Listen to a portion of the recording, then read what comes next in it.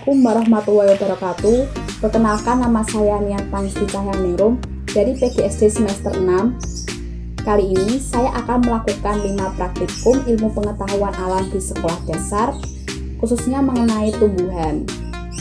Nah, sebelum kita praktek, kita harus memakai pakaian praktek dulu ya. Dalam hitungan ketiga, kita akan berganti pakaian. 1, 2, 3. Sudah kan? Langsung saja kita melakukan praktek. Jadi praktek yang akan kita lakukan pada hari ini yaitu seperti ini.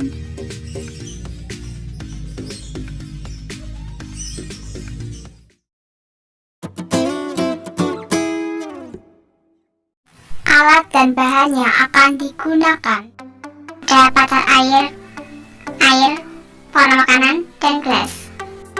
Langkah-langkah praktikum yang pertama. Tuangkan air pada kedua gelas tersebut. Tuangkan pewarna merah pada kedua gelas tersebut supaya kita bisa mengamati bagaimana proses transportasi pada batang.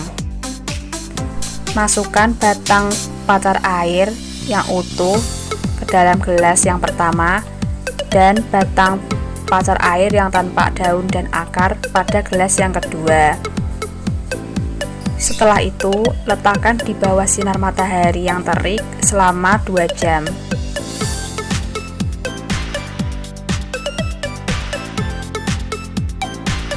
Hours later.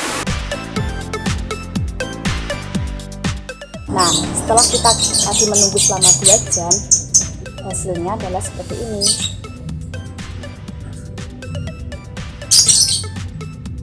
Jadi kita lihat dulu ya batangnya. Pada langkah yang pertama, ini bisa dilihat akarnya menyerap cairan yang ada di dalam gelas.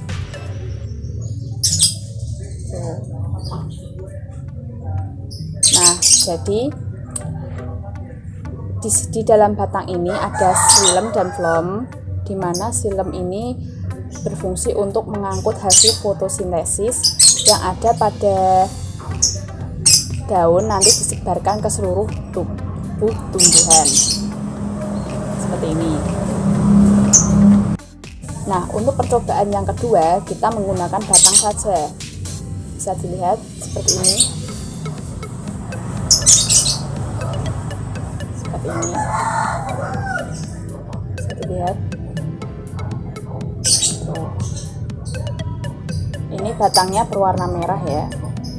Artinya bahwa batang ini berfungsi untuk menyedarkan makanan dari akar ke seluruh tubuh tumbuhan dan juga mengangkut hasil fotosintesis dari daun ke seluruh tubuh. Nah, jadi fungsi batang ini karena ada xilem dan phloemnya, kita bisa buka dulu ya bagian dalam batangnya sini.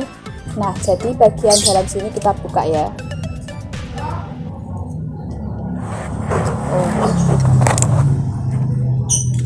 Di sini di dalam sini ada xilem dan phloem. Bisa dilihat. Ada xilem dan phloemnya, di mana kedua jaringan ini berfungsi untuk menyalurkan dan mengedarkan makanan dari unsur hara yang ada di dalam tanah ke seluruh bagian tanaman tersebut. Seperti itu. Jadi fungsi batang adalah mengangkut dan menyalurkan unsur hara yang ada di dalam tanah dan diedarkan ke seluruh bagian tubuh tanaman. Nah, jadi pada percobaan pertama kita dapat menyimpulkan nih bahwa fungsi batang ialah mengangkut dan mengedarkan unsur hara yang ada di dalam tanah melalui akar ke seluruh bagian tubuh tanaman.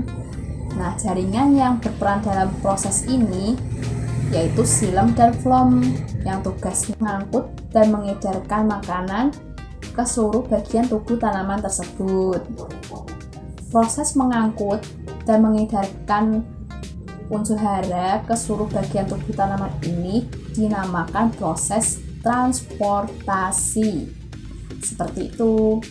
proses transportasi itu terjadi jika peran dari batang, akar, dan daun itu saling bekerja sama sehingga dapat menyerap unsur hara dengan baik. Pada percobaan tadi bisa dilihat kan, batang yang utuh dengan akar dan daun itu lebih merah batangnya karena penyerapannya itu lebih banyak ketimbang batangnya saja. Seperti itu. Jadi untuk penyerapan yang maksimal, akar, batang, dan daun perlu bekerja sama supaya unsur hara yang diserap itu dapat maksimal.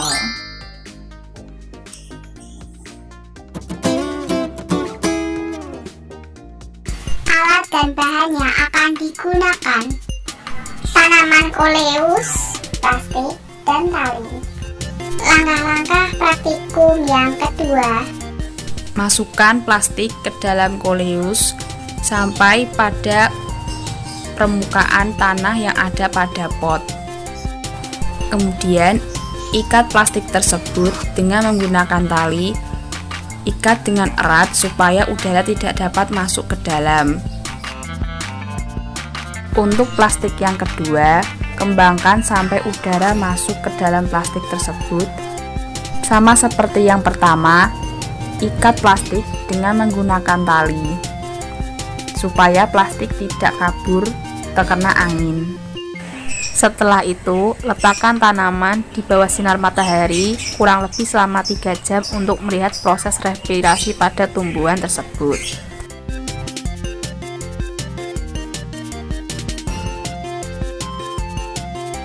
Three hours later. Can you move it along? I'm all out of time cards.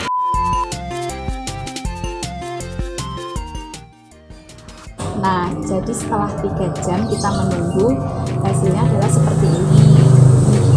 Nah, di sini yang tanaman tertutup plastik ini mengeluarkan embun, teman-teman. Nah, jadi embun yang dihasilkan dari tanaman ini disebabkan karena tanaman ini tuh mengalami pernapasan atau yang disebut respirasi. Nah, respirasi ini biasanya digunakan untuk fotosintesis gitu. Sedangkan yang plastik tidak ada, hanya ada angin saja, ini tidak mengalami apa-apa, sehingga plastik ini hanya berisi udara saja tanpa adanya embun-embun seperti yang di sini. Seperti itu. Kedua, kita buka ya.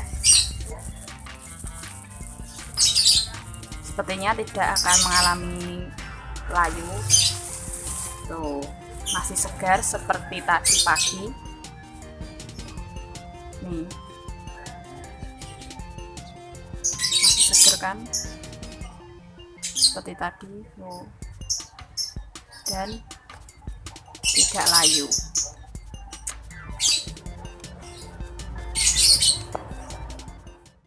Nah, pada percobaan kedua kita dapat menyimpulkan nih bahwa tanaman yang ditutupi plastik itu lebih banyak mengeluarkan embun, sedangkan yang plastik tidak ada tanamannya atau hanya berisi udara saja itu tidak terjadi apa-apa. Itu karena pada tanaman yang ditutupi plastik itu mengalami suatu proses yang dinamakan proses respirasi, yaitu mengambil oksigen yang ada di udara kemudian diubah menjadi CO2 dan H2O. Seperti tadi tandanya, yaitu embun yang ada dalam plastik tersebut itu yang dinamakan H2O. Seperti itu. Sedangkan yang plastik saja itu tidak terjadi apa-apa. Nah, respirasi ini berguna dalam fotosintesis, yaitu membuat makanannya sendiri atau yang disebut autotrof. Seperti itu.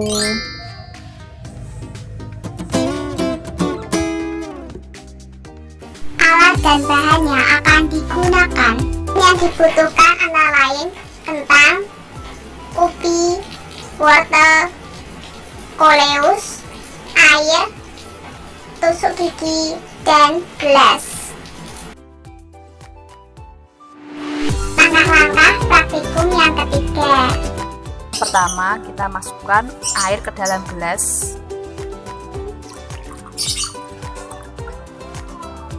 Langkah selanjutnya, tusuk kentang, ubi, dan wortel menggunakan tusuk gigi yang gunanya sebagai penyangga ketika dimasukkan ke dalam air.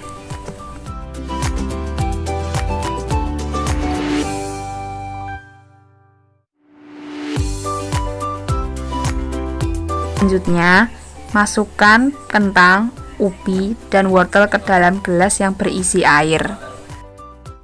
Daun juga sama, kita masukkan air.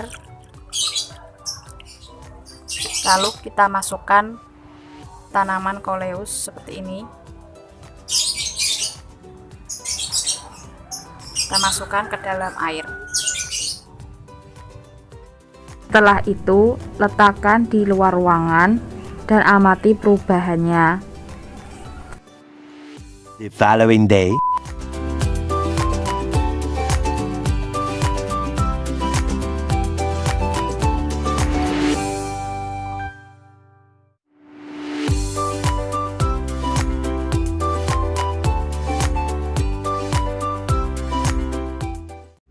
Nah, pada percobaan yang ketiga, kita dapat menyimpulkan nih bahwa tumbuhan itu dapat tumbuh dan berkembang biak. Ada berbagai cara tumbuhan untuk dapat tumbuh dan berkembang biak, salah satunya tanpa menggunakan benih. Kok bisa ya? Bisa dengan cara dimasukkan ke dalam air. Nah, dengan suhu lingkungan yang baik, maka tumbuhan tersebut dapat tumbuh dengan baik meskipun tanpa benih.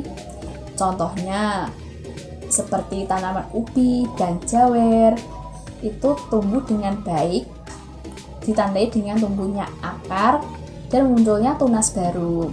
Tetapi ada juga nih, walaupun sudah ditaruh di tempat yang baik dengan suhu dan temperatur yang baik, tapi tanaman ini tidak dapat tumbuh guys, malah jadi busuk seperti wortel dan kentang.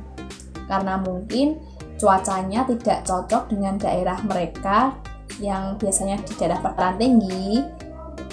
Ini ditanam di dataran rendah, otomatis tidak dapat tumbuh dengan baik sehingga akan mengalami pembusukan seperti ini.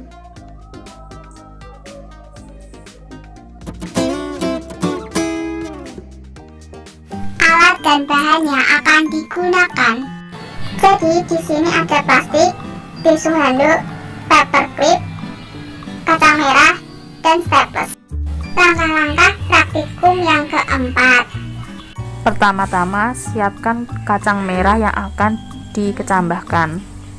Kacang dibagi menjadi kotiledon, embrio, kulit, dan biji utuh. Setelah itu, siapkan plastik yang tebal sebagai alas untuk perkecambahan kacang merah. Selanjutnya, siapkan kertas tisu handuk yang digunakan sebagai media dalam membuat tas perkecambahan. Setelah itu, letakkan kacang utuh, embrio kotiledon, dan kulit di dalam tas perkecambahan.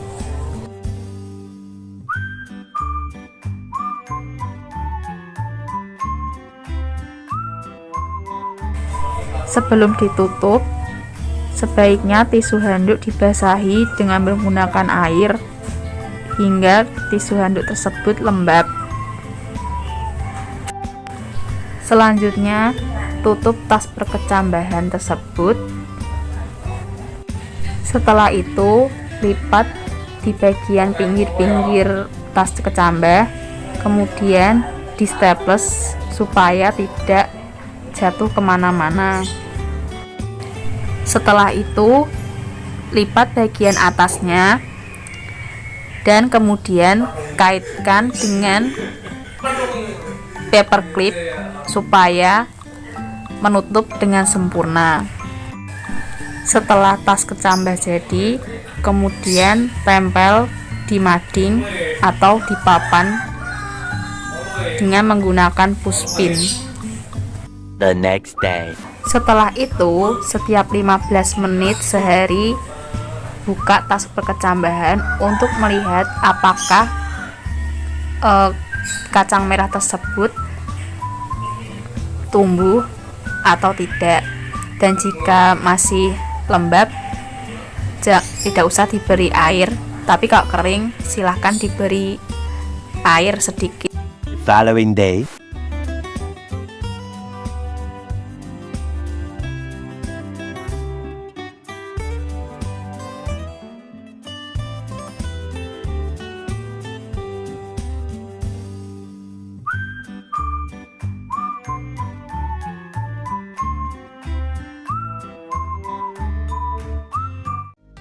Nah, pada percobaan keempat, kita dapat menyimpulkan bahwa kacang itu terdiri dari beberapa bagian yang memiliki fungsinya masing-masing. Nah, diantaranya yaitu kulit. Kulit yaitu berfungsi untuk melindungi kotiledon dan embrio. Kotiledon sendiri merupakan cadangan makanan bagi pertumbuhan embrio, sedangkan embrio yaitu bakal calon tunas yang akan tumbuh nanti. Nah, embrio tanpa adanya kotiledon itu tidak dapat berkembang dengan baik. Kenapa? Karena embrio itu membutuhkan makanan. Nah, makanannya itu hanya ada di kotiledon. Jadi, kalau kotiledonnya dihilangkan, maka embrio tersebut tidak akan berkembang dengan baik. Sedangkan kalau embrionya kita hilangkan, kotiledon tersebut tidak akan jadi apa-apa, guys. Kenapa? Karena kotiledon itu hanya cadangan makanan saja dan bisa membusuk kalau tidak digunakan dengan baik. Sedangkan kulitnya saja itu hanya sebagai lapisan yang melindungi kotiledon tersebut, jadi tidak dapat tumbuh. Nah, biji kacang dapat tumbuh dengan baik apabila ditaruh di tempat yang suhunya cocok atau kondisinya tidak terlalu lembab dan tidak terlalu kering, sehingga akan dapat tumbuh dengan baik. Nah, pada percobaan ini karena terlalu lembab dan juga ruangannya yang untuk digunakan juga terlalu lembab, sehingga biji utuh itu tidak tumbuh dengan baik, malah jadinya busuk. Seperti itu.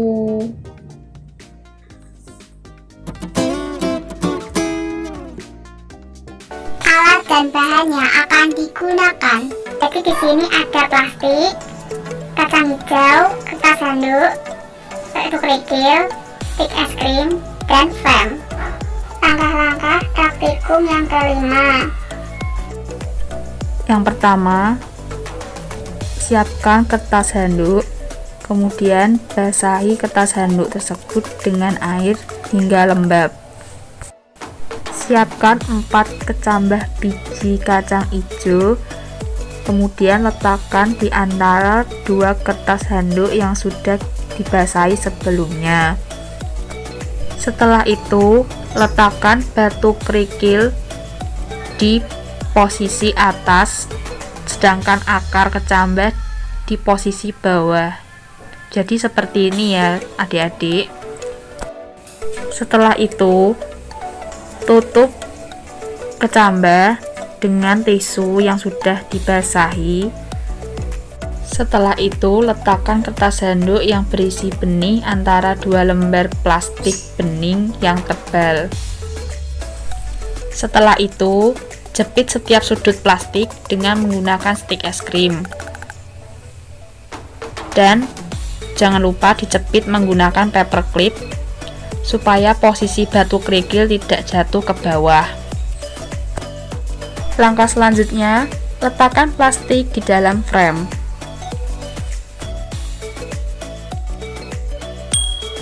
Setelah itu, letakkan frame dalam posisi berdiri, akar berada di atas dan batang berada di bawah. The next day. Setelah itu, amati perubahan yang terjadi pada akar kecambah tersebut. lakukan setiap hari. Dan jangan lupa disiram menggunakan air jika tisu dirasa kering. Following day.